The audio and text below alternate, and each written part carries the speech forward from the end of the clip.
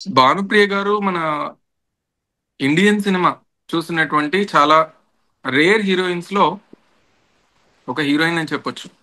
అప్పటి వరకు హీరోయిన్ అంటే చాలా మంచి కలర్ ఉండాలి అనుకునే వాళ్ళకి మన ఇండియన్ ఇండస్ట్రీలో కొంచెం డార్క్ కలర్ లో ఉన్నా కూడా ఇండస్ట్రీలో రాణించవచ్చు అని నిరూపించినటువంటి అతి కొద్ది మంది హీరోయిన్స్ లో ఆవిడ ఒకరు. ఆమె కళ్ళు కళ్ళు నాట్యం చేయడం మనం ఎక్కడైనా చూస్తామంటే అది భానుప్రియ గారి యాక్టింగ్ లోనే.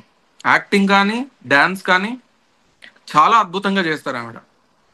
అండ్ డాన్స్ లో మనం చూస్తే ఒక వైజయంతి మాల, ఆ తర్వాత ఒక హేమ మాలిని, ఒక ప్యూర్ భరతనాట్యం, అంటే ఒక నృత్యకారిణి అన్నమాట ఆవిడ ముందు.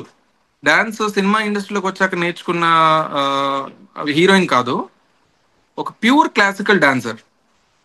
అండ్ వెస్ట్రన్ కూడా ఎంత బాగా చేస్తారో మనం ఆవిడ చిరంజీవి గారితో యాక్ట్ చేసిన సినిమాలో మనం చూడొచ్చు, అటు క్లాసికల్ కానీ ఇటు వెస్ట్రన్ కానీ. అండ్ మన మెగాస్టార్ గారితో ఈక్వల్ గా డాన్స్ చేసినటువంటి అతి కొద్ది మంది హీరోయిన్స్ లో ఆవిడ కూడా ఒకరు.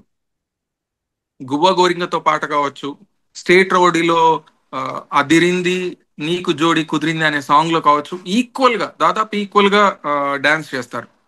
అండ్ యాక్టింగ్ కూడా బేసికలీ మంచి డాన్సర్ కాబట్టి చాలా బాగా, అంటే ఒక సితార నుంచి మనం చూసుకుంటే ఒక సితార కావచ్చు, స్వర్ణకమలం కావచ్చు, ఆ తర్వాత ఖైదీ నెంబర్ 786 కావచ్చు, శ్రీనివాస కళ్యాణం, మన వెంకటేష్ గారితో యాక్ట్ చేసిన శ్రీనివాస కళ్యాణం కావచ్చు, ఇంకా చాలా మూవీస్ లో ది బెస్ట్ యాక్టింగ్ ఆవిడ ఇచ్చారు. తర్వాత హీరోయిన్ తర్వాత ఆమె నెక్స్ట్ జనరేషన్ వచ్చిన తర్వాత కూడా మిగతా హీరోయిన్స్ లో కూడా కలిసి యాక్ట్ చేశారు ఆమె. క్యారెక్టర్ ఆర్టిస్ట్ గా కూడా వెరీ వెల్ ప్రూవ్డ్. అందులో ఎగ్జాంపుల్ మనం చూస్తే ఒక పెదరాయుడు, చాలా మంచి క్యారెక్టర్.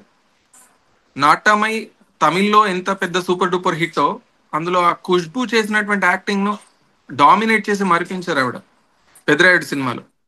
అండ్ ఆ తర్వాత వచ్చిన ఛత్రపతి. ఛత్రపతిలో మదర్ క్యారెక్టర్ ఎంత బాగా పోషించారో మనకు తెలుసు. సో కాబట్టి ఇండియన్ ఇండస్ట్రీలో ఆవిడకంటూ ఒక స్పెషల్ పేజీ క్రియేట్ చేసుకున్నారు ఆవిడ.